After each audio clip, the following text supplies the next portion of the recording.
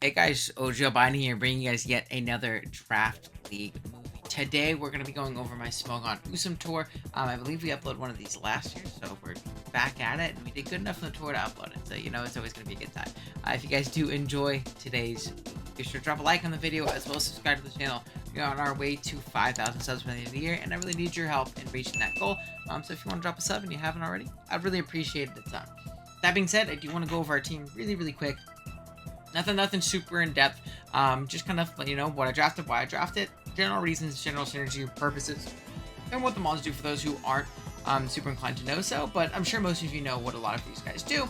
And you'll see right here, we already have our first pick on the screen, and it's going to be our new mascot in Mega Glade. So going into the draft, I think I was like 6 out of 8, so not the greatest pick in the world. But I was very surprised when I saw Mega Glade drop to me, and honestly, with the bans that were there, I think Glade's like a top 3 Pokemon in the format, and the fact that it dropped down to me at like 6, I mean, wonderful. There was 2 Pokemon that I was considering in this slot. It was Glade and Celesteela. I love me some Gen 7 Celly, but I just recently used it in Goons League when we did a Gen 7 League, so I was like, let's give Mega Glade a go. I haven't used it in a while. Love this guy. Really fun, easy to use. Slap on a Pokemon, you just 3 attacks or 4 attacks it. Swords Dance or Bulk Up, and you're usually going to be good. You also usually have some cool tools like Taunt, Encore, and things like that, which is really nice, especially alongside like decent bulk. Like the Spadef is pretty hefty, HP is pretty bad, but when invested, our defenses are pretty okay. So pretty solid. 110 base speed, but it's that 165 attack with that 110 speed, which is going to be absolutely incredible. Inner Focus is our ability. Keep in mind this is just like no flinch Inner Focus. So that's something to keep in mind. It's not going to like block us from Intin like it would in a future gen. Justified's typically going to be our ability pre-Mega, just in case we get hit with a straight and dark move. Free attack boost on Mega Glade is always going to be a good thing. Now, going in round 2, I was kind of thinking about synergistically what I wanted to get with it. A good dark is good with Mega Glade to, cover psychics and the sort. But then I looked, and Selly was still there. So, I mean, we had to grab it. Now, it does pair well with Glade in the sense that, like, it is going to be a fairy resist and a very sturdy fairy resist, which is really nice. One of Glade's main weaknesses. It's also a flying resist, which is one of Glade's main weaknesses. So, I mean, these guys are incredible together. You just typically don't see it, possible to draft both these guys together, which is awesome. We got 2 Z captains. I forget what the budget was, but this is going to be one of our Z captains, which is pretty awesome. The only Z moves that are banned are going to be Omni boosting moves, so nothing to really worry about with Celesteela. What I love about Celly, and I've talked about it a million times before, whether it be a current gen when we're drafting it, or an old gen tournament like this, or Goons League, is the flexibility of its stats, right? One of the best typings in the game in Steel Flying, with really even stat spread. And alongside Beast Boost, if we pick a KO, we can get an attack boost, defense, special attack, or special defense boost very easily. So whether it be we're an autotomized 3 attacks offensive set with a Z move, trying to sweep through a team, or whether it be we're a Leech Seed Protect variant, or a combination of both. Assault Vest is in the set of run, but very often this thing's going to be Z on this team. I guess depending on what we end up getting for our second captain. Now, going into round 3, again, I did kind of want to think a little bit more synergistically with the squad, and that is going to be Crocodile next. Again, a certified classic on the channel. You guys know I love Crook like he was my own son. I will draft this thing as many times as humanly possible if it fits the team, and it definitely does on this team. Really beats down those bulky psychics that Glade does not like, which is going to be awesome. And Glade really breaks down like any offensive fightings that Crook doesn't like. So offensively, they pair together incredibly well. Defensively, they're both not like, absolute walls, but they can pivot into each other's checks pretty darn easily, which is obviously going to be really nice. It also gives me like a more conventional dark resist so that, Glade doesn't have to pivot in on those justified boosts. Like, I didn't have a dark switch up to this point. It also gives me a ground, it gives me rocks, so a bunch of roll compression, and I think that's really important in 8-mon and like tournaments, is to grab mons that can perform multiple roles very well. And Crook is always going to be able to do that, whether it be as, the Stealth Rock 3 attacker, or Taunt Rocks 2 attacks, or Choice Scarf with Moxie or something like that, right? We can't let Bulk Up Scale Shot because it's Gen 7, but still really good nonetheless. Next up, I want to kind of get that 100 speed tier, as well as another Fairy Resist, another Rocker, again, kind of roll compression, and another good Scarfer at this point, because I think that's an important role to have, and I like having one over base 100, so we end up going with Neolego next. For those of you who don't know, Rock Poison, really hefty on that special attack and special defense, but we can get a speed boost if we want. And while we don't have access to Meteor Beam like it did in Gen 8, we do have access to Hidden Power. So Hidden Power fires and grounds are going to be really, really nice alongside our pretty darn solid coverage. Knockoff is great utility for this guy, and we can kind of just set up rocks and set up T-spikes and support the rest of our team really, really well. Offensively, it can be really scary in the end game as a Scarf Cleaner. It can also be a really solid Spadef pivot with an Assault Vest, or like, you know, some kind of Shuka Berry, Pasho Berry, something like that, where you'll see that multiple times throughout this tournament run. Next up, I grabbed my second Z-move user. It was a Pokemon that was still on the board, and while it may not be a conventional bulky water, it can fill that role. So I felt pretty comfortable drafting and going a little bit more offensive in this draft, and that's going to be Manaphy. Manaphy is a great Pokemon Gen 7, especially alongside Z-moves, and I actually really like Z-Manaphy on this team because while Z-Selly is really strong and incredible, it's not a Pokemon that wants to run or needs to run Z in any given week, right? Whereas Manaphy, same thing, doesn't need to. Resist Berries are great, Lefties are great, Berries are great.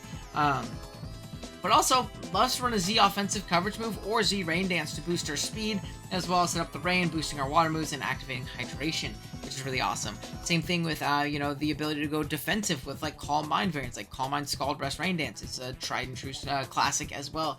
Very solid set, and can function a little bit defensively as well with, again, Knockoff, U-Turn utility, Skull Burning, Toxicking, and a really cool move in Heart Swap, which you will see at least once in this video.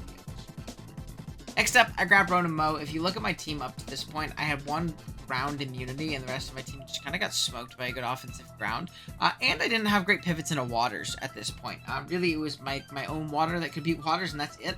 Don't really want to force Manaphy into that role, so I ended up grabbing Ronan Mo here. 2 birds, 1 stone, checks grounds, another immunity, and can blow through them with, you know, Leaf Storm, as well as a great water check, and being able to pivot in on pretty much any water in the game and deal with them accordingly. It also grabs great free momentum and free Volt switches into the rest of our squad, which Pokemon like Manaphy, Pokemon like Celesteela, Pokemon like Mega Gallade, Croak, they all really appreciate that momentum. Next up, I want to grab an Elite Speed tier, as well as some Spikes, and there really was only one Pokemon on the board to do it, and I'm actually really glad I ended up getting in Run 7. It's a Pokemon that's not in the decks currently, but I definitely really enjoy it in Gen 7 and 8. It's going to be big, a Selgor.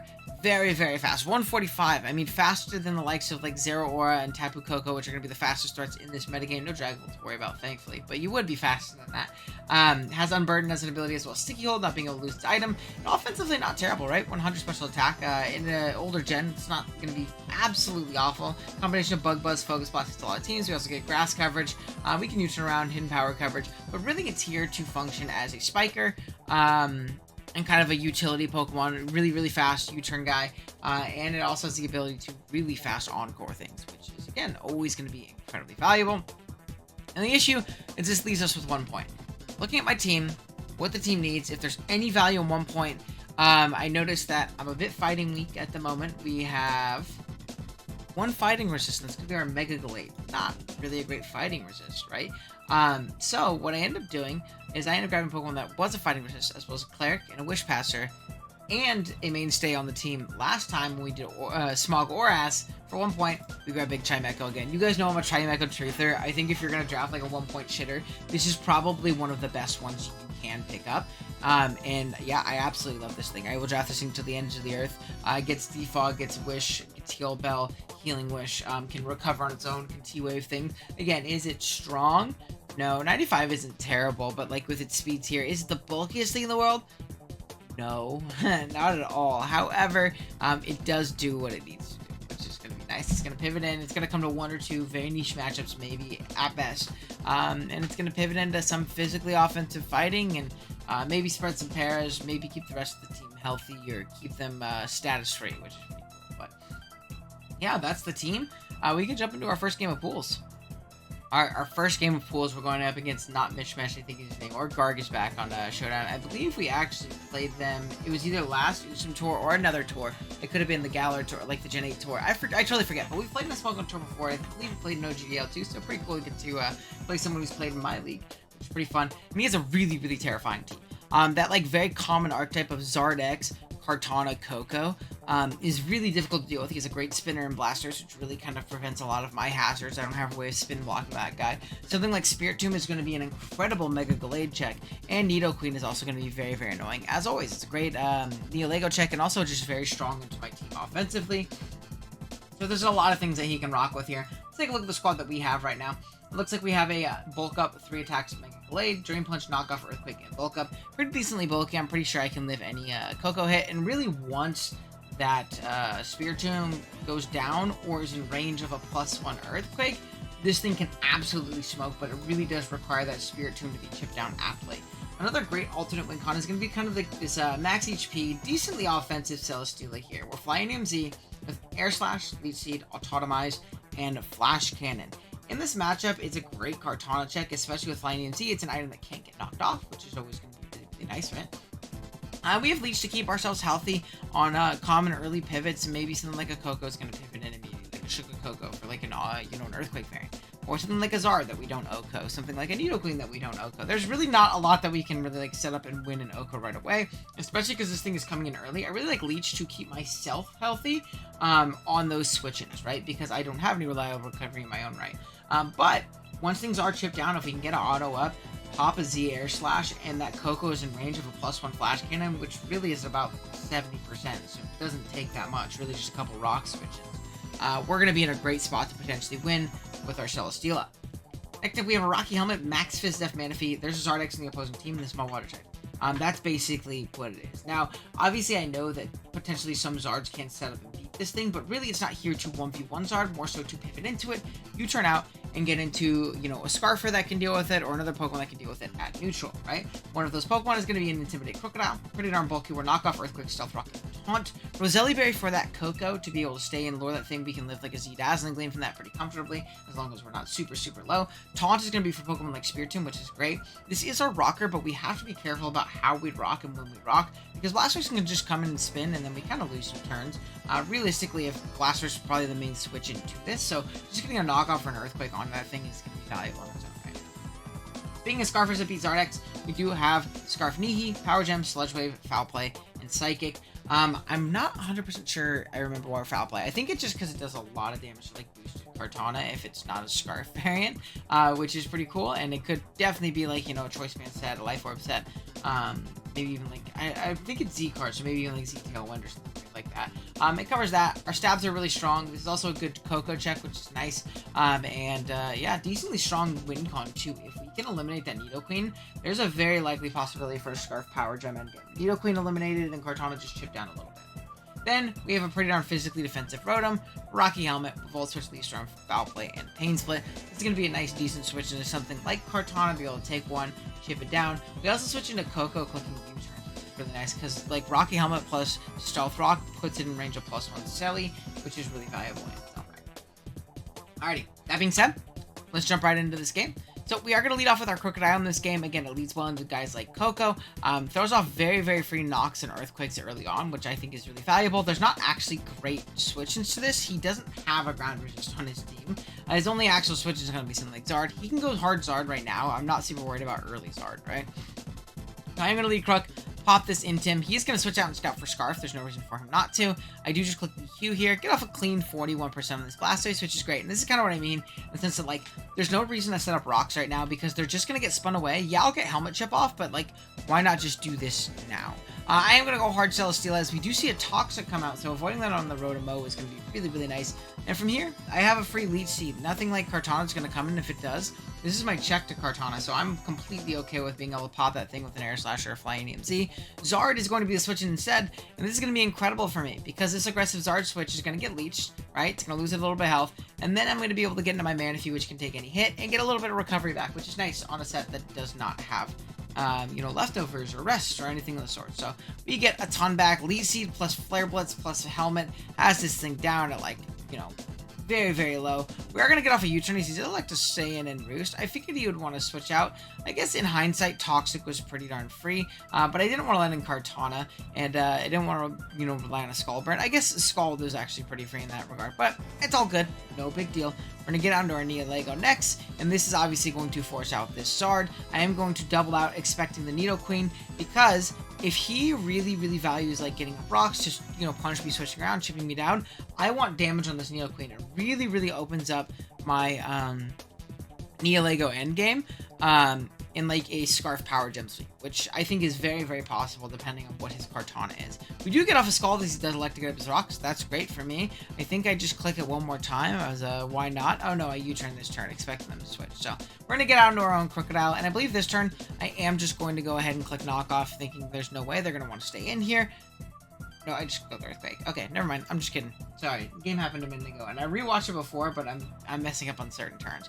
We see the Spirit Tomb come in right here. I am always going to taunt this thing. There's no reason for me to get Wisp, and it's not like this thing can really threaten me in any way. I think this is the turn we throw off a knockoff. Yeah, there comes the knockoff. We knock those things. I pop a berry off, so really glad I clicked that over Earthquake. Then we're going to go ahead and Earthquake, pick this thing off. Out comes Kartana, but we always do have a free pivot into something like Selly. Or no, we end up going Rotom. Just because we can punish it with a little bit of Helmet Chip. Again, really opening the rest of our team. And we're going to get U-turned on here. This reveals that this is a physically offensive Coco. That was a crit, obviously unfortunate. Does a lot of damage and shows that it has to be a physical set. So there's something good to keep in mind. We are just going to go ahead and Volt Switch. I don't expect the Nidoqueen to come in and get blown up by a Leaf Storm. We're going to get out into our Nihi right here as the Nidoqueen comes out, and we just click a nice safe Power Gem, get off a nice 14%. We have a clean stack in Rotom right here, so no reason for me to not do so. Thunderbolt comes out expecting like a Celesteela pivot. Wish I went Crocodile there, but unneeded risk, right? From here, I can elect to get out my rocks, because now there is no more spinner. He could be defog Kartana, I suppose, but then he defogs away his own rocks, which is also really valuable for me. Knockoff's going to come out from this Kartana, and it shows Life Orb. And again, really thinking about this Neolego endgame, or a Mega Gallade endgame. We already have the Spirit Tomb at 75, and it comes out right here. So if I can take chip on this thing, my Gallade super wins soon. Really, it's only Coco in the way, and even then, if we're at full, I take a hit from Coco very comfortably. So out comes the Spirit Tomb right here. I believe I do just Leech Seed on the switch-in.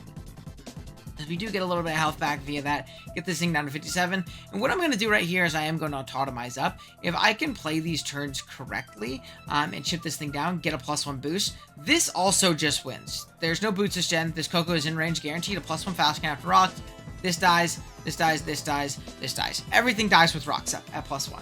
So we do see a Pain Split. He is going to get a little bit healthier. Leech Seed, health down, 67, and I am going to Z right here. This did look like a roll. I'm not 100% sure what his spread was. If he was max physically defensive, it was very much so in my favor. I suppose it could have been a little bit safer to just maybe go for an air slash flinch or something of the sorts, or maybe even double autotomize. Unfortunately, we're not going to knock this thing out with Supersonic Sky Strike, which wouldn't be a big deal, but we're actually going to do enough damage to where Leech Seed will take it out. And that is bad. The main reason this is bad is because now Coco is going to be able to come out and live a Flash Cannon and revenge us. However, the benefit to that is the Coco is gone, and then if you look at the rest of the team, it's Mega Gallade time. So Coco's going to come out, 61%. Unfortunately, this is not enough for us to knock it out, do 54. However, it does, again, show that it is physical. It's going to go ahead and die to a Wild Charge here, doubling down, knocking out our Celesteela. Out comes Gallade next. I am just going to come in with this thing, click a big Drain Punch, Mega Evolve up as the Zard comes out. Drain Punch, pick it off, and from this point, there's really not much my opponent can do. Nidoqueen is going to come out next. There's nothing this thing can do to force an Oko on me, especially if it's Scarf. It's not. We click a nice Earthquake, pick it off, and this Kartana is definitely going to drop to the Drain Punch. So we're able to take home a nice convincing 4-0 victory. Unfortunately, Selly couldn't get it done because they got the K with Leech Seed, opposed to the Supersonic Sky Strike. It's all good. Gallade did his job. I mean, really everything did a great job this game. The whole team put in a ton of work, which is always, a nice fulfilling feeling as a builder and player. But yeah, that's our first game of pools. Let's jump on to the next. Alrighty, our second game of pools, we are playing against Freya. You see a really scary squad consisting of Z, Kyurem Black, Z, Talonflame, Mega Diancie, Jolteon, Ferrothorn, and Tapu Fini. In particular, one of the biggest threats to me, unironically, was that Z Talonflame. I do not have a great Flying plus Fire resist on this team. It's Neolego, which doesn't really count, to be completely honest with you. Beyond that, Kyurem Black is always going to be scary. We also do not have a good Kyurem Black check between Ice and Fusion Bolt. It absolutely smokes our team, so gotta be careful about that. And then the double Fairy Core is always going to be scary. Mons like Fini and DNC can really push through a lot of our Fairy checks in things like Neolego and Celesteela pretty darn well, especially like Fini getting Skull Burns on Selly, and DNC just being like physical or having like Earth Power, right? Or like having Diamond Storm or Earth Power, so just all things to keep in mind as we go through this team real quick, which I do want to go real fast. First up, we have Mega Glade here. We are Substitute 3 attacks that were Close Combat, Leaf Blade, Substitute, and Rock Slide. If you look at Freya's team, they actually don't have anything to switch into this combination. The reason we're Leaf Blade as our coverage move of choice, or as one of our coverage moves of choice, is because it hits both Mega DNC and Tapu Fini at the same time for very hard damage. So I really like that prospect of it. Rock Slide is literally just for Talonflame, and Close Combat hits everything else on my opponent's team up to this point, or that they end up breaking. So really strong set here. We have Roselia Berry Crook once again, Earthquake knockoff, Stealth Rock, and Taunt. Pretty simple. Taunt is really nice for things like Fini if it starts getting out of hand. Same thing for things like Ferrothorn. Solid Rocker because it nukes the Magic Bounce guy, which is nice. And we're Roselia Berry, so we can stay in and just kill it with Earthquake, which is nice. Then we have a Sugar Berry Neolego. 4 attacks here: Power Gem, Sludge Wave, Hidden Power Fire, and Grass Knot. Again, incredible coverage in this matchup. Very, very likely to potentially pick up an endgame and absolutely sweep through, depending on what my opponent has, what they bring, and what's left in the endgame. We have Celesteela. We're rocking out with an Autotomize set again. We are Air Slash Flash Cannon Substitute and Autotomize. Leftovers this time. This thing is mainly here to take advantage of things like Ferrothorn, as well as Fini clicking passive moves like, Scald most of the time not breaking sub, knockoffs, things of the sort, which is nice. Or on 4 switches, things like Kyurem that don't want to die. Things like Mega DNC that don't want to die. And in the end game, on my opponent's team, the only resistance to our dual stab is going to be Jolteon, which really doesn't need to be that chipped for us to potentially put in work. Our Z user this week is going to be Manaphy. We are Surf, Dazzling Gleam, Hidden Power Fire, and Tail Blow. You'll notice there's no coverage for Fini. There was also a side switch on the opponent's bench that I almost had Energy Ball for, but I figured being able to whittle them down with a +3 Z Dazzle could be, enough. Whereas, and I can set up, 2 Tail Blows in their face, potentially, depending on their variant. Opposed to Ferrothorn, which super hard walls me unless I'm HP Fire. So I ended up going with, Dazzling Gleam, HP Fire as our coverage moves of choice over Energy Ball. We'll see if that ends up biting me because we do see the Fini here. But otherwise, pretty simple set. We're just really strong here to do some damage and set up. And then we have Rotom. We are Volts, Thunderbolt, Leaf Storm, and Trick. This is mostly to kind of pivot into guys like Fini and Trick and Cripplet if it ends up being like a Calm Mind variant or a Double Dance variant, which can get out of hand really fast, as you guys probably know. Alrighty, that being said, let's jump into it. Lead Crocodile as Crocodile does. Diancie is going to lead into us, which is completely fine. We do see a Mega Evolve and a Protect. I almost got really aggressive and clicked Rocks users expecting to switch. I'm glad I didn't because we do see the Protect slotted on here. I do just click a nice and free Earthquake. Out comes Fini next, as I do click Earthquake once again, which shows to be very, very physically defensive, only doing about 27%, which is good to know. Knockoff is going to come out. Unfortunately, knock off our Rotom's item immediately, as I believe I do just click a very free Volt Switch, getting out on this Ferrothorn. This is kind of a good position for me, right? I really wanted to get into Glade here, get up a Substitute, and really, really put on some pressure. We see Leftovers here especially, so I don't have to worry about it being like Chople and staying in for some reason. We do see the Talonflame pivot, and either way I was fine, right? Because if Fini comes out, I can Leaf Blade, and if I get a crit on the first Leaf Blade, I can put in range of the second, so I can take out the Fini, and then potentially force an awkward Talonflame position if they want to save it. Or if they go Talonflame to get more of an offensive switch on a close combat, or proc a Flame Body, this puts me in a good spot too, as now they have no choice but to just kind of attack me, as I do get off the Rock Slide, and I take out probably the biggest threat to my team offensively, in my opinion. Jolteon is going to come out next. I'm going to pivot Crocodile. I don't want to get hit with a Spec Shadow Ball and die. My opponent makes a really aggressive play here and goes for a Signal Beam. Great play. I live. Unfortunately, we get crit though and go down. And this means no rocks, which is very, very bad. It also confirms specs for me. I am going to Hidden Power Fire, starting to switch into the Ferrothorn. Very good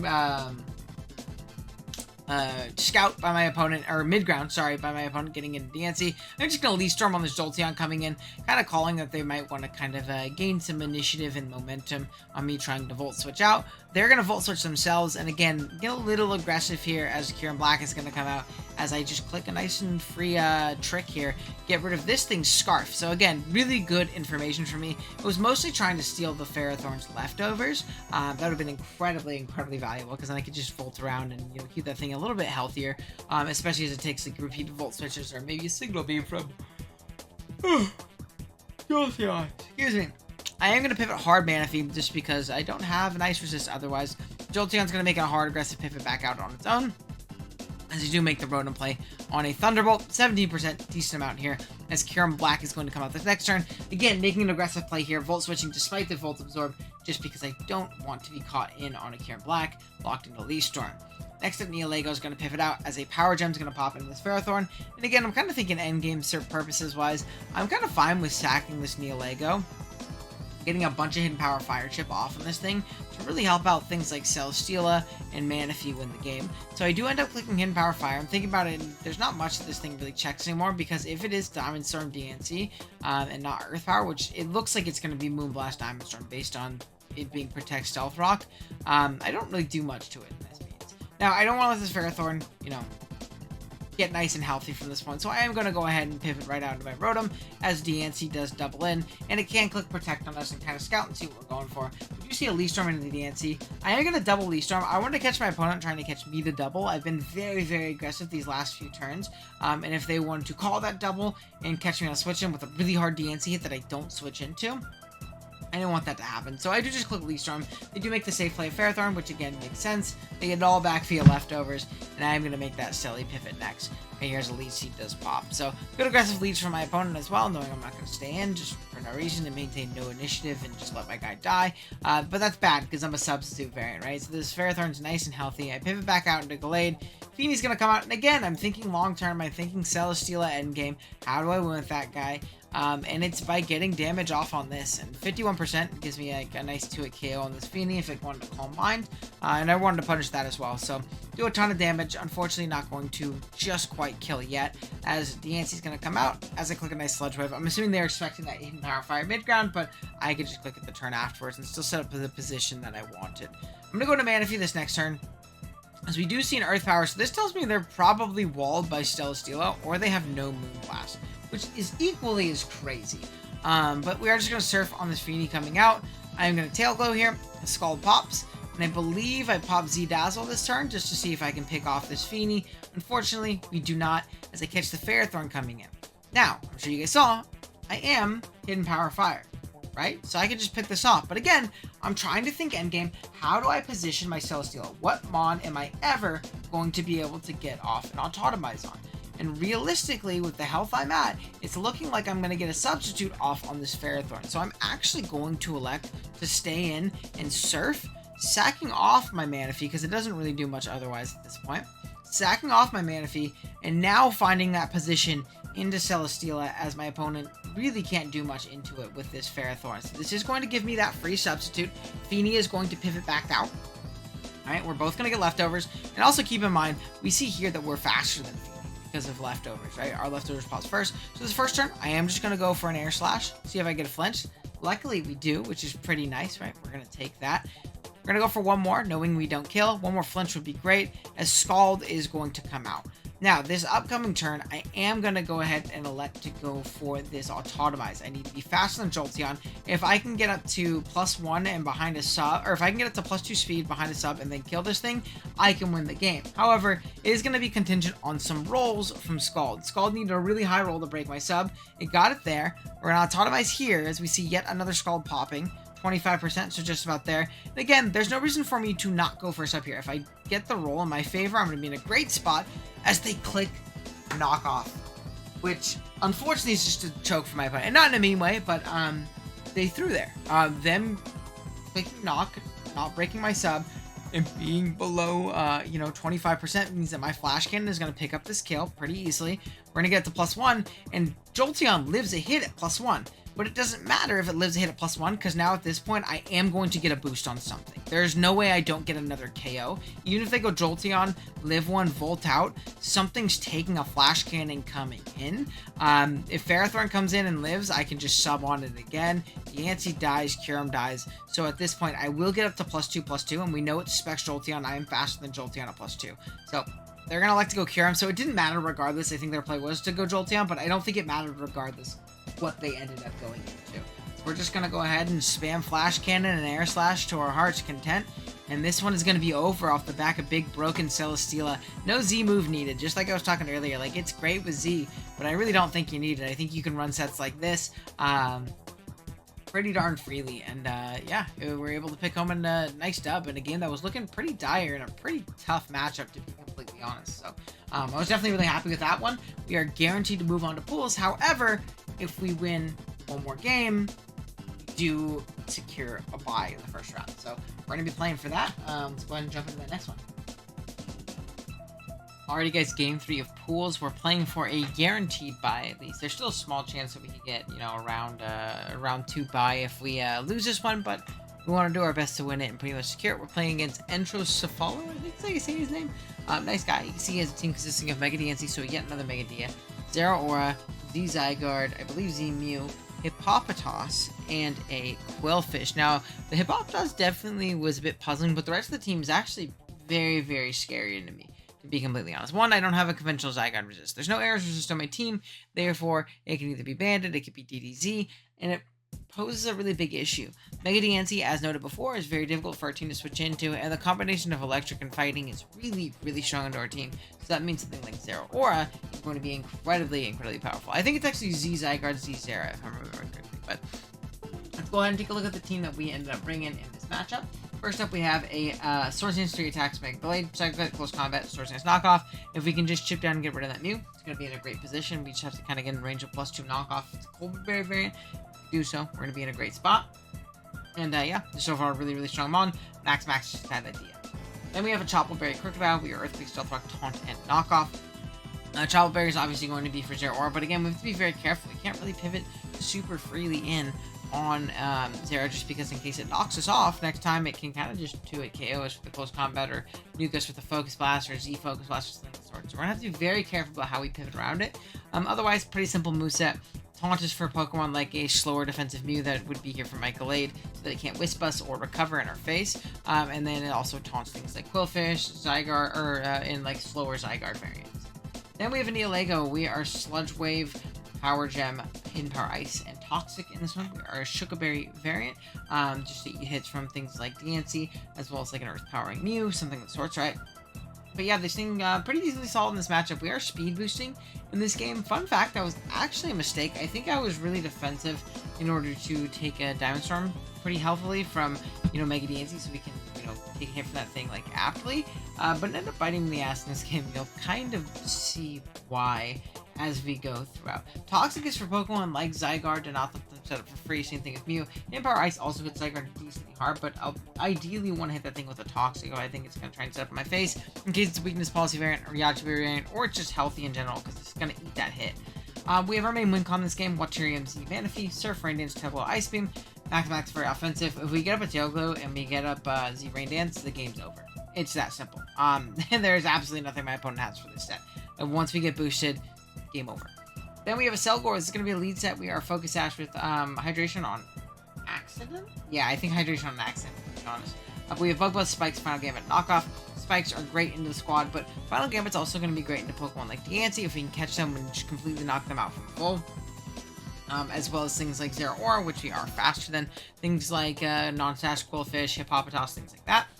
And then we have a very physically defensive, somewhat offensive Celestial. We are Flashkin, Leech Seed, Protect, and Hidden Power Ice.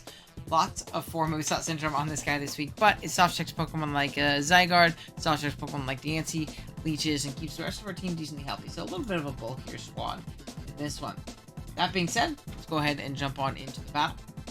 We are going to lead off with our designated lead, the Selgor. As we mentioned, we were going to before. Diancie's going to lead. I'm going to pop this thing with the Final Gambit immediately, and down it goes. Again, we could have seen a Protect variant, but I'm not really 100% sure why it would be Protect in this matchup. I'm not 100% sure when my last opponent brought Protect, to be completely honest with you, and I figured I would gain some pretty initial, strong initiative if I could catch that thing and knock it out with said Final Gambit. Next up, we're going to go out into Crocodile on the Quillfish. We are both going to Intimidate. We'll also see that we are faster than their Quillfish, which is very, very valuable information for us, as the Toxic Spikes are going to be blocked from going up. Scald's going to pop into Croak. Thankfully, we do not get burned. We can still take a hit from Zera, so we're going to pivot out here. Manaphy's going to come out on something like Hippopotas. In my head, I'm like, okay, maybe I can set up on this thing being greedy, wanting to get up rocks, so I do Tail Glow. Hindsight, maybe just Surfing was a better play. We do get Whirlwinded out immediately into our Mega Glade. This is fine, though. I'm just going to knock off and take away this thing's Eviolite, because knock off into close combat will be enough to take out Hippopotas. So while it does get up rocks, we're able to take it off the next turn. Great stuff for us, right? Pretty good spot. Up in a nice 5-4, pretty offensive game so far. Next up is Zeraora, and again, I really don't have the liberties of being able to switch into this thing very, very well. So I am just going to kind of spam close combat and, really punish this thing if it wants to go for any kind of setup. Maybe a Calm Mind if it's a Calm Mind Focus Blast variant, which is really, really strong into the team. Like Calm Mind Focus Blast, like Z Thunderbolt or something of the sorts. But we do see it's just a sub-physical variant. Try to sub twice. Not going to allow that to happen. Now we're going to go ahead and get out into Crocodile, and I believe just click Earthquake. There's not much that can really stop it. Out comes Quillfish. It is going to Intim drop us, which is going to allow it to live on literally 1 HP. So pretty nice roll for my opponent there, but I actually see this as an opportunity. I want to get into my Manaphy, and really start to put on some damage and put on some hurt on my opponent. I know that there's not much this thing can do. If it's like a random Thunder Waving variant, I can Tail Glow into Z Rain Dance, get my Hydration to get rid of that, and then just win the game, right? I see this as a very nice opportunity to potentially set this up. Do Tail Glow. Unfortunately, my opponent's packing the Explosion. They do crit and kill me, which sucks, but at the same time, I don't know if it 100% matters. In the sense of the fact that, like, yeah, they boomed and it wouldn't have killed me, it wouldn't have come close to killing me, but Zera always comes in and does kill me, right? I guess the benefit there would have been forcing in Zera Aura, opposed to this double down that's going to kind of force me into my Nihi, here to this T-Spike, but also allow them to get into their Mew. And Mew's a little bit annoying for us to deal with, but again, grand scheme, it sucks, but I think I should just take my KO on Crook and maybe try and set up on this Mew, set up on a Zygarde, something of the sorts, because not great positioning for me. I should have just taken my KO on the Quillfish, to be completely honest. Maybe I was worried about Aqua Jet, but again, no reason. I've already shown to be faster. Mew is going to go ahead and get Calm Mind as a Toxic, so thankfully we're able to get the stats off on it. And from there, our Celesteela should be able to beat most Calm Mind Mew variants. If it's like Calm Mind Thunderbolt, it doesn't have the slots to hit something like Crook. It does end up being a Wisp, probably Mono Psychic variant. And it was probably there to, just roost or soft boil in the face of Crocodile, especially if you got Chip on it. We are going to get off Elite Seed, and it's going to go a little bit slow here as we do whittle this thing down. I'm going to go ahead and put it on fast here while we do so. I'll put it on hyper fast, why not? Oh, I'm so sorry. See, look at me. I say we're going to go on fast, and then it immediately finishes.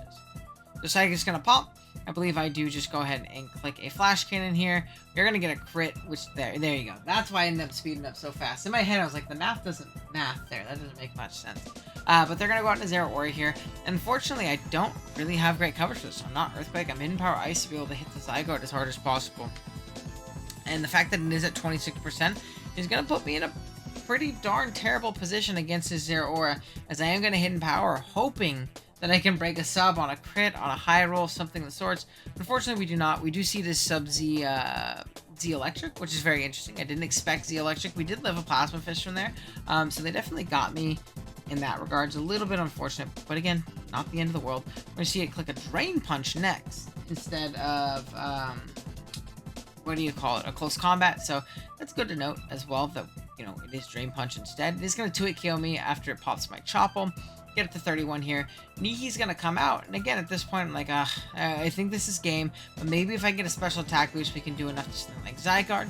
We're going to go ahead and Sludge Wave. Unfortunately, this is where my prep bites me in the ass, and I see that I get a speed boost right here. Because the Zygarde's going to come out. It's going to show to not be very defensive. I'm not 100% sure. I don't know if, like, max special attack +1 Hidden Power Ice would have killed this variant.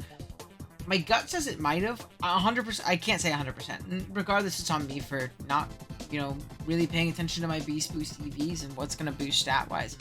So unfortunately, we're going to go ahead and, I can just click right here. We're unfortunately going to go ahead and lose this one. Shook off season hell was 22. Unfortunately, I'm going to just go ahead and, drop this one. I believe we did end up getting a round 1 bye. Or no, I think we went immediately into top 128. Yeah, because the next one's top 128. Yeah, 100%. Okay, sorry. I'm thinking in my head which ones we got. So, fortunately, no bye for us. We can jump right into top 128, and let's go ahead and jump in and look at that game. Alrighty, we got top 128 against Dragon Phoenix here. Again, really want to bounce back from our loss in our last pool game, because now if we lose, we're done. So we really got to tighten it up. We see our opponent has a team of Volcarona, Clefable, Zygarde once again, as well as Excadrill, Celesteela, and Toxapex. So lots of really powerful Pokemon. Not necessarily the most synergistically sound team of all time, but lots of threats regardless. Pokemon like Volcarona, Zygarde, and then to a lesser extent, like some kind of Clef, like an offensive Clef, can get really out of hand against our squad. So we got to be careful about what we're rocking with. Let's go ahead and take a look though. First up, we have our Mega Gallade. Rocking out with just an SD3 attack set. Pretty simple. Usually does really well into these fatter teams like this. Close Combat and Headbutt, Ice Punch, Swords Dance. Really, as long as Clefable gets chipped down, not much is going to be able to take on big Mega Gallade here. So, looking really strong in the matchup. We have a Lumberry Crocodile next with Knockoff, Taunt, Earthquake, and Stealth Rock. Lumberry is going to be really nice in pivoting with things like Toxapex, whether it be a Toxic or whether it be a Scald. Not getting burned by that is incredible. We can Stealth Rock up, we can taunt guys like that, Selly and Clef. We can EQ, get some good chip on everything. And yeah, just be a generally strong Pokemon. We have a Flyinium Z Celesteela. Back to our roots, we're just going offensive this game. We are Air Slash, Flash Cannon, Flamethrower, and Autotomize. As simple as you can get when it comes to offensive selling. 3 attacks, auto, win the game, do a lot of damage. Then we have, again, a pretty defensive Manaphy. This time we're leftovers. Scald, Heart Swap, Ice Beam, and U-Turn. There's the Heart Swap that we were mentioning earlier in the draft analysis portion. My main plan is to come in on Zygarde, maybe Scald or Ice Beam at the first time. If it thinks it can set up on me, I can go ahead and just Heart Swap it. Not only take away its boost, but also become faster than it guaranteed, which I think is really valuable in its own right. You can also take away its coils, which is really, really clutch if it's a slower coil variant. U-Turn is going to be grab momentum. Scald gets some burns. Ice Beam does as much damage to Zygarde as humanly possible. We won't kill it, but we'll chunk it for sure. We have a Pyapa Berry Nidoqueen, Power Gem, Nihilego, with Power Gem, Sludge Bomb, Hidden Power, Ice, and Psychic. Again, just a lot of really strong coverage in the matchup. Pyapa is going to be mainly for that Volcarona if it starts setting up, Quiver Dances and wants to, break through us that way. We can deal with it. It's not Z, so we don't have to worry about Z, Shattered Psyche, which is obviously really nice. And then we have Elite Cellcore. Your Focus Astral Spikes, Final Game, Knockoff, and Yawn. Yawn is going to be great for putting things like Excadrill to sleep. That's really the only removal on his team. We can put it to sleep while we set up a bunch of spikes. Things like Volcarona, Clefable, Toxapex, Zygarde, they're really not going to be as much of an issue. Final Game, but lets us reset tempo, and Knockoff is great to scout and get rid of items. All possible. That being said, let's jump right into it. Like I said, we are going to just go ahead and leave with Cellcore. Thankfully, we see a lead Excadrill. It is going to click Sandstorm turn 1, which is very interesting, knowing that this thing is for sure always walled by Celesteela. We do see a Stealth Rock go up this next turn, as I do Spike here and the Excadrill goes to sleep. Very, very nice for me. I do believe I do just Spike one more time, get up another one. Selly is going to come out in an attempt to do as much damage as humanly possible. If it's an auto set or a leech set, we do go ahead and throw a Final Gambit. See, it's a very offensive variant because we do 78% with our Final Gambit that wasn't even at full power, as it does Autotomize up. I go into my Crocodiles. I know I can live any one hit from this thing, as we do go ahead and lighten it, especially because I'm expecting a Z Fire variant. Just has the best coverage in my team overall. 86%, we eat it up, knock this thing out with a knockoff. There you go, we're in a great spot. Out comes Zygarde next, and there's no reason for me to just sack off Crocodile for no reason. I have a full health check in Manaphy, so I'm going to go right out into it, as we do see a Dragon Dance from this Zygarde. That's gonna pop. As I do, go ahead and click Heart Swap here, just to get a little bit of a speed advantage here, as I can Scald, get a crit, and only do 26, just showing this thing is very, very bulky. Unfortunately, I don't get the burn. We're going to go ahead and Ice Beam this turn, do 27, as a Substitute is going to pop. But thankfully, we are still faster. We did creep this thing so that we would always be faster than if we're both +1/+1. This next turn, they do Dragon Dance again, but again, due to the leftovers we've got, there's not really much this thing can do to KO me as a leftovers here, even as it locks in Outrage here, which wasn't that much of an issue, to be honest, considering we still had Celesteela. We're able to knock it out. Out comes Toxapex, and I find it pretty valuable just to kind of sack off Manaphy and reset tempo. There's absolutely no reason for me to keep this thing around at all at this point. So I'd love to get a burn on this guy, and other than that, we can kind of sack this thing off, get into something else strong, and put on some offensive pressure. And that's what Mega Gallade is here to do. We do get out into Gallade, do click Zen Headbutt. It does show to be Pyapa, and despite the crit, we are not going to kill it with Zen Headbutt, but we're going to put it in range of a burn the next turn. So I do have a pretty free Ice Punch click here as a mid-ground. There's a decent amount to something like Clefable, and I don't think it's going to want to come in, whereas I do think something like Excadrill will, not forcing me to click, I guess, a Drain Punch, though. I guess Drain Punch was probably the safer mid-ground, though, if I was expecting to switch out. It's probably going to be something like Excadrill. I do SD up on the Drill, though, and I know this seems like really aggressive, but at the same time, the Drill hadn't burned any turns of sleep at that point. So I can SD for free, and if this is not unaware Clefable, it is going to get blown up by a +2 SD. It's going to take like a good 80-90%, which really just kind of opens up the end game to Celesteela to come in, click auto, and win the game. So out comes Clefable. We do see it take hazards. I am going to Zen Headbutt because I will 2-hit KO it if I get a flinch. Fortunately, we do not, as we do go down. Selly sees its best opportunity to set up an Autotomize on this turn. Hindsight, I think I could just save diff by going into Neolego, but I really wanted silly kills, to be honest with you. And I wasn't too worried about losing the game from this point, just because we did still have the Nihi. But I guess if I let it quiver dance too much and I got parried a bunch and didn't switch, I could have totally lost in this Volcarona. So hindsight, not really a good play to want silly kills. I do Z-Fly on the Volcarona here after getting parried. And unfortunately, it is a Koba Berry variant, but thankfully, we somehow just live because it's very, very bulky and are able to 2-hit KO with Air Slash. Out comes Toxapex, and we do unfortunately get parried this turn. But thankfully, we still have Crook that lives one in the back. We also still have a Psychic or a Psyshock, Neoleg, I forget which one.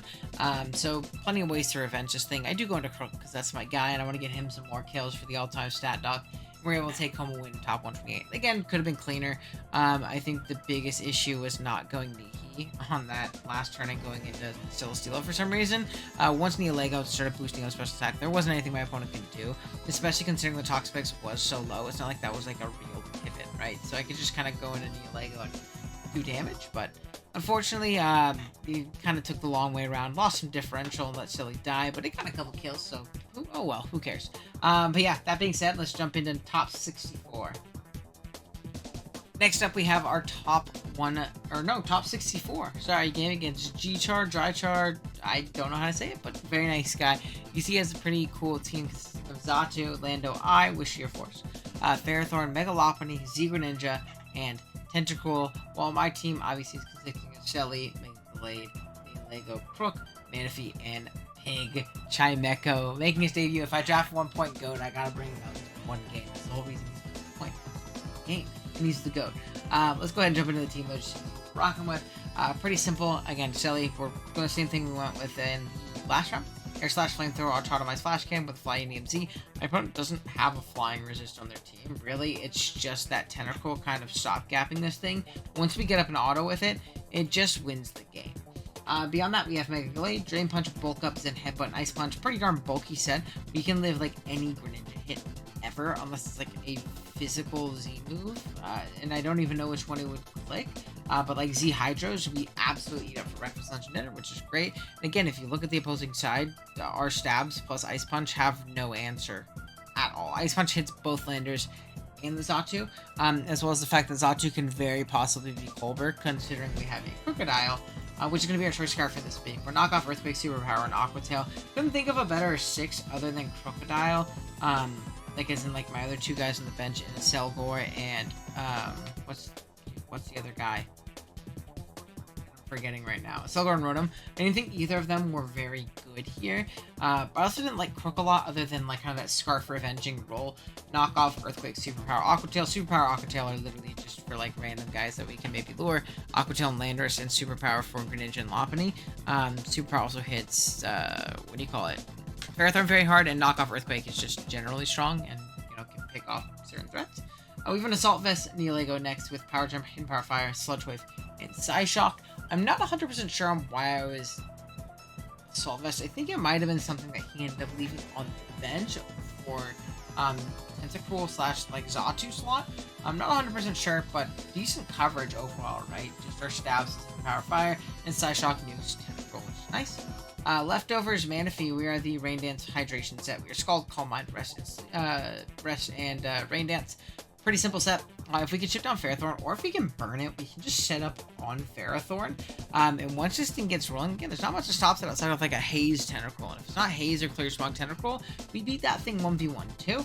Then on top of that, we have Chimecho, Rocky Helmet, Dazzling Gleam, Wish, Protect, Thunder Wave, Max Fizzef. This pivots into Lopunny, kinda, a little bit, when there's no rocks up or it's at complete full. I almost had Heal Bell over Thunder Wave on this, but I really like the prospect of punishing passive Ferrothorn pivots, as well as aggressive Greninja pivots with a para. Dazzling Gleam is just a move that hits both Lopunny and Greninja, so again, giving me more options to do more things. It's a bit tough being walled by Tentacool, but I can at least Thunder Wave it, and everything else on my team can kind of hit Tentacool outside of Manaphy, so that's nice in its own right? So, yeah, that being said, let's just go ahead and jump into the game. We see a lead Landers on my opponent's side, as I do end up leading Neolego. The reason I led Neolego is because if I saw like a lead like Ren or Tentacool or something of the sorts, or a lead Xatu, we could put our opponent, or even a lead Ferrothorn, put our opponent in a tough spot by just staying and clicking an offensive button. I don't necessarily need Nihi for anything on this team in particular, so I just click a button. I end up pivoting hard Crocodile. I know it seems aggressive, but in my head, I thought that we're going to see like a gravity right here, making my Celestial hit the ground to where this Landers can hit it. But we just see a rocking play right here from the opposing Landers, as I do just get off a Scarf knockoff into Lumberry, which is very interesting. Not 100% sure why I was rocking that. The U-turn comes out, slow U-turn into Mega Lop. Thankfully, my goat is here, Big Chimecho, as he eats up a high jump kick for 31%, gets a little bit of helmet chip, as we just go ahead and click Wish and, you know, try and get this thing healthy. Nothing's after that. Oh. Super worries me unless it's like an offensive Shadow Ball variant, which really does not make sense into this Mega Gallade matchup. So I'm going to stay in, and I believe just click Dazzling Gleam to try and punish them like Greninja coming in. I could have Thunder Waved on the Ferrothorn, but I also like the prospect of potentially burning that thing so that my Manaphy can deal with it a little bit better. We're going to make the Hard Shell Steel play, and again, this is where I really wish I wasn't Thunder Wave, and I was Heal Bell, because I don't really have a great Pharaoh pivot on this team, and taking a Thunder Wave on Steli was a bit of a misplay in my opinion, because like I said, once I got Chip on Tentacle, this thing got up an auto, the game was over. Like, it was legitimately over. There's nothing my opponent could do. So I'm a bit frustrated myself for not having T-Wave or not having Heal Bell and sticking with my gut. This turn I am going to go for a Supersonic Sky Strike. The reason I did is because I figured my opponent would always make a pivot onto Tentacle and not just sack off their Ferrothorn, which is shown to be leftovers. So I definitely didn't think that that would be, you know, the case there. Unfortunately, they do stay in and just lead seed me. This turn I'm like, okay, well, if they're willing to sack it, they're willing to sack it. But now they make the pivot out into Xatu. I clicked Flamethrower that turn, so it's not like I missed out on Flash Cannon or Slash Damage.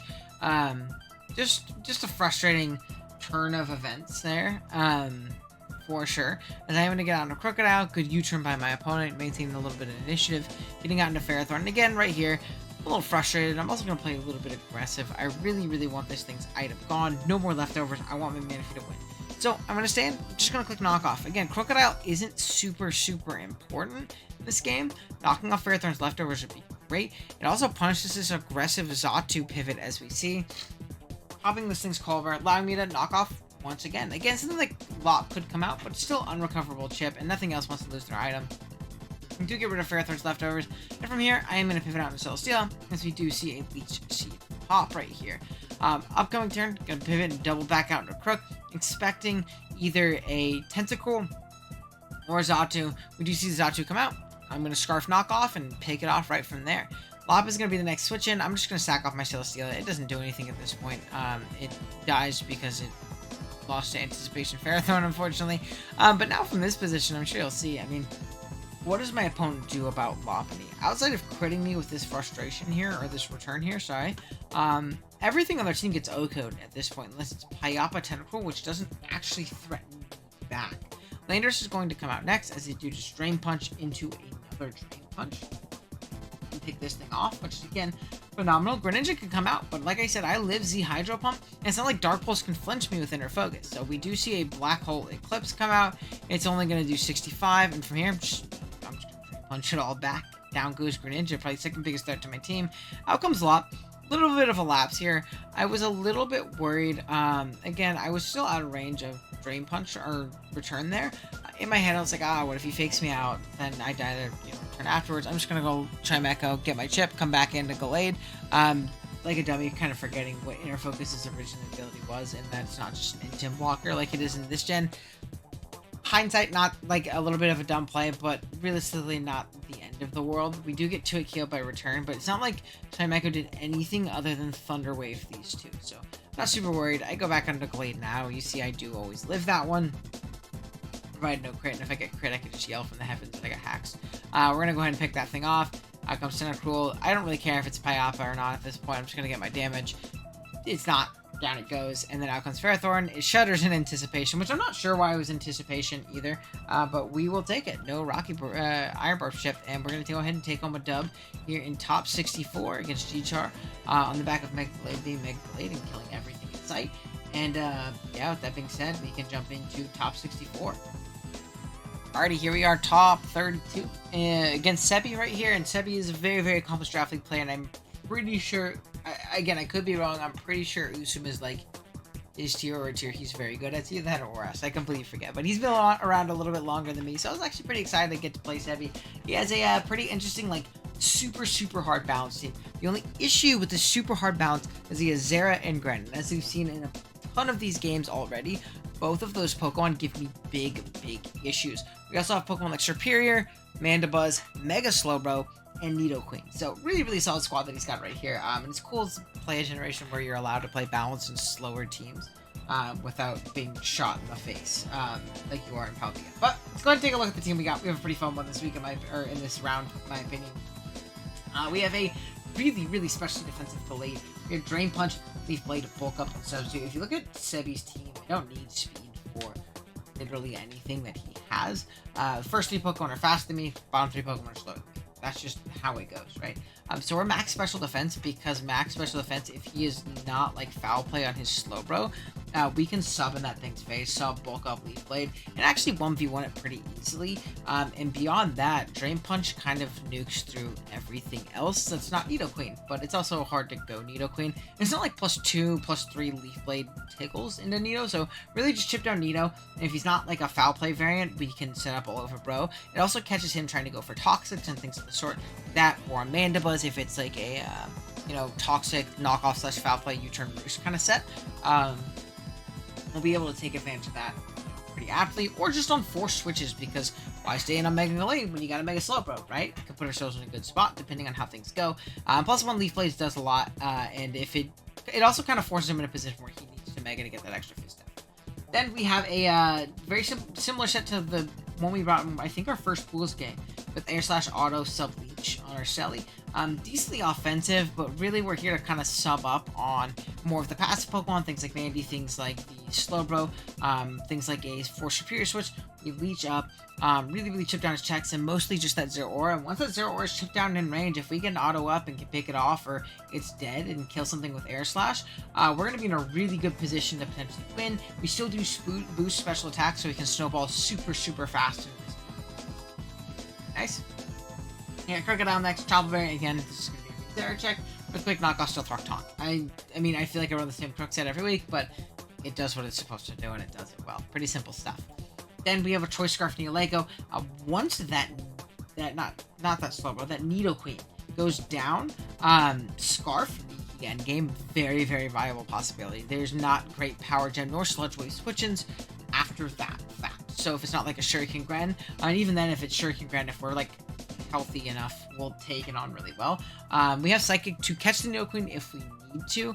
I'm not 100% sure what the Dazzling Gleam was here for. It might have been just for like a hard hit on Gren to like damn near Oko it, as well as hitting Mandibuzz, so it's just like a better neutral click than well, I think that's what it's here for. Then we have a lead Acelgor. We are actually going to be a Silver Powder variant. Bug Buzz, Spikes, U-Turn, and Encore. I believe the Silver Powder plus our investment lets us like Oko Serp behind a sub. If it is like a sub-leech Glare set. So that's something to keep in mind. We are Bug Buzz, U-Turn, Encore, Spikes. Spikes are going to be incredible in this game. We can kind of Bug Buzz, and again, the Defogger in Mandy / I guess Serp, but mostly Mandy, doesn't like super appreciate us always just clicking, Silver Powder boosted Bug Buzz into it, Encoring it in the Defog, and then just kind of spamming Spikes and putting it in a rough spot, right? So, really solid Pokemon, going to be our main lead this game. And then we have a Manaphy. We are Z Rain Dance in this game. Surf, Energy Ball, Rain Dance, Tailglow. Really had some form moves out Syndrome, right? Because we want the ability to hit something like a Mega Slowbro, especially if it's like a Calm Mind variant. This is kind of one of my best initial pivots into it. It's going to be Manaphy, set up a Tailglow, and out boost it. So I want to hit that thing with energy, but I also want to nuke on Greninja. But depending on the Superior spread, it can live a +3 Rain Boosted Surf. Most offensive Surfs, which I am kind of expecting more offensive Surf personally, just kind of like Leash from Hidden Power Fire Glare, really puts me in a tough position sometimes. So if we can get up to, +2/+1, half rain up, there's a good chance to knock it out off for rocks, depending on what his investment is. Offensive, like, always dies. So that's something to keep in mind. And yeah, that being said, let's go ahead and jump into the game. We are going to go ahead and lead off with our Acelgor and a Zero Aura. In my mind, I just want to Spike. Again, I don't have a great pivot to Crocodile, but Hindsight are into Zero. In Hindsight, Rook is probably always my play. We're probably not going to see a knockoff into my Acelgor, because one, it doesn't kill, it doesn't really force too much progress. Probably either going to see a Plasma Fist or some kind of fire coverage.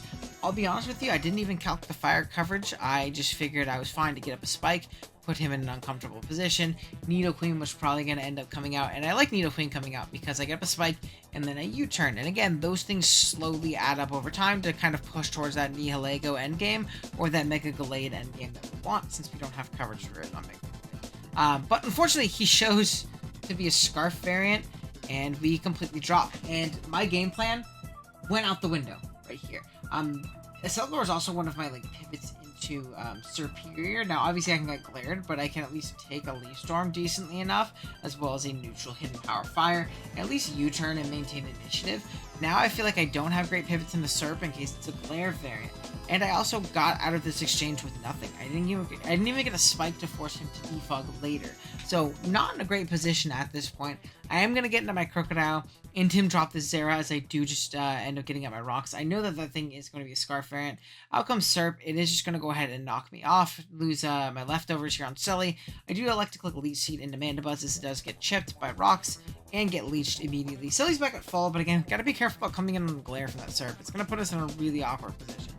Out comes a Roosh from the Mandibuzz. I believe I just taunt here, expecting this thing to potentially defog in my face. Not wanting rocks up this entire game. I feel like this team really doesn't want rocks up, especially this Mandibuzz. But 7 makes a good play, just U-turns out. Probably expecting taunt. I mean, there's not really much of a reason to bring it in otherwise. I guess with the leech up, Stone Edge just deal with it decently enough. But regardless, Greninja is going to come out next. And again, I don't have great Greninja counterplay. We're going to go ahead and get into Manaphy. And you see, I kind of start overplaying as I see the spikes come out. And again, I'm like, okay, now I want to double out.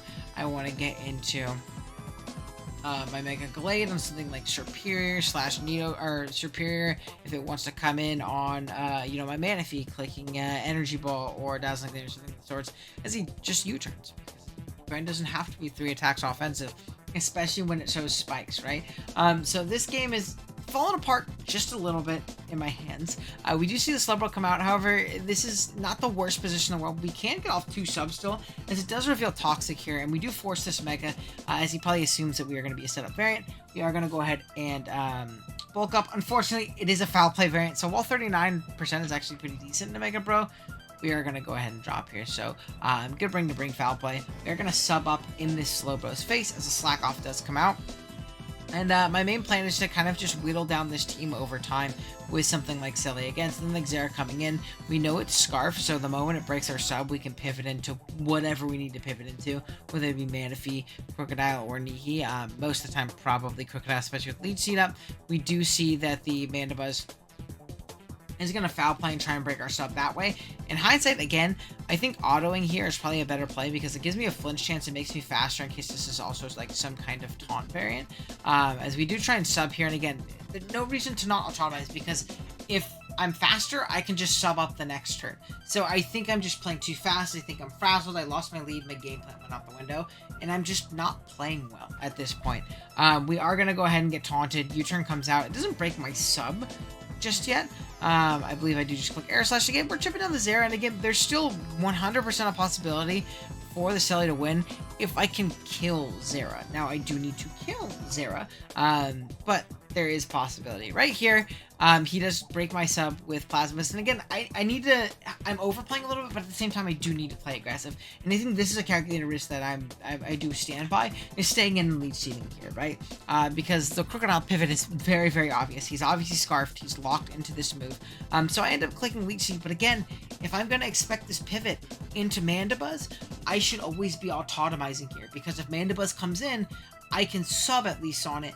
It can taunt me afterwards, but I can Air Slash, try and flinch it down, lose it, get rid of some of these taunt turns, as well as force Zera to come in and lock into an awkward move again. So if I'm going to expect this pivot, I should always be autotomizing, not leech seeding. It's just too passive of a click, right? The whole reason is to be auto, faster, sub, leech, right? And I'm just not doing that. We saw the taunt just kind of shuts me down otherwise at this point. So I am going to go ahead and just continue to click the Leech Seed. I can't even really punish this with a double because it's just going to U-turn on this turn, right? Out into the Nidoqueen, actually, which is very interesting. And again, good chip, right? I will totally take chip on this. Now, I will say for Nihi to win, it either needs to be at completely full so it could take a 0 or a hit. or it needs on top of Nidoking being gone, on top of Grand not being Shuriken, but I don't think it's going to be Shuriken plus Spikes and U-turn. I think it's just not enough coverage for my team, to be honest. I'm going to do make a Manaphy pivot out, as this Nidoqueen is going to get up rocks. I believe I am just going to go ahead and click Tail Glow here. And again, depending on the variant, if it's like not max special attack, I actually live Leaf Storm a good majority of the time. So I am going to go ahead and just pop Z Rain Dance. Unfortunately, we do get pretty lucky there and dodge it. As you're going to see, it does matter. He does absolutely eat up this this Surf because he just got enough back from leftovers. And he does kill us from there. So that 100% mattered. He took a ton of damage on his guy for no reason at all. Out comes the Mandibuzz next. I believe I do just click Sludge Wave. Do as much damage as possible to this thing as well as a Nidoqueen pivot, without having to lock into Psychic, which is a bit of a risky play. I'm going to pivot out into Crocodile. Rocks and Spikes are up, so the hazard damage is racking up, especially in conjunction with Roar. And again, just getting a little impatient. I click Psychic this turn. I know it doesn't kill, but I want to punish a Roar so bad. Don't want to just go onto my Croak again for no reason, so I do click it. Just to be Pyoppa Berry, which makes a lot of sense into this Nihi matchup, as Earth Power comes out, and unfortunately, we just go down. I am going to go out into Crocodile right here, just click Earthquake, do as much damage as possible. And really my only out at this point is him super throwing, right? Him not being Glare on the Superior is the main thing, right? Or missing right here is also a viable possibility.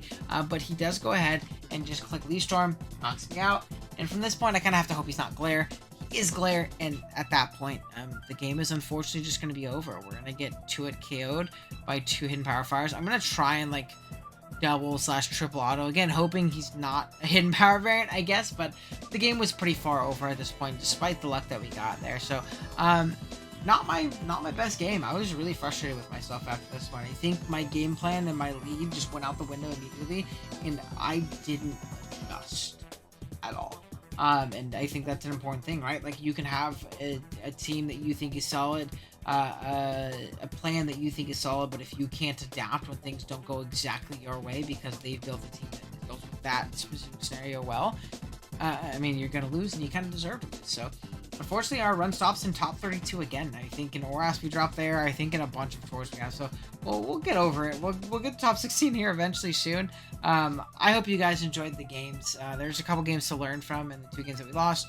And some fun stuff. You can see Mega Gallade, which is the new team logo, which is pretty cool. But yeah, I hope you guys enjoyed some movie. If you did, drop a like on the video. If you haven't, sub if you're new to the channel. Again, I really appreciate it. It helps me get to 5K by the end of the year, and that's my goal. Really helps those smaller creators like myself. And yeah, thanks, Deb. I'll see y'all next time. Later.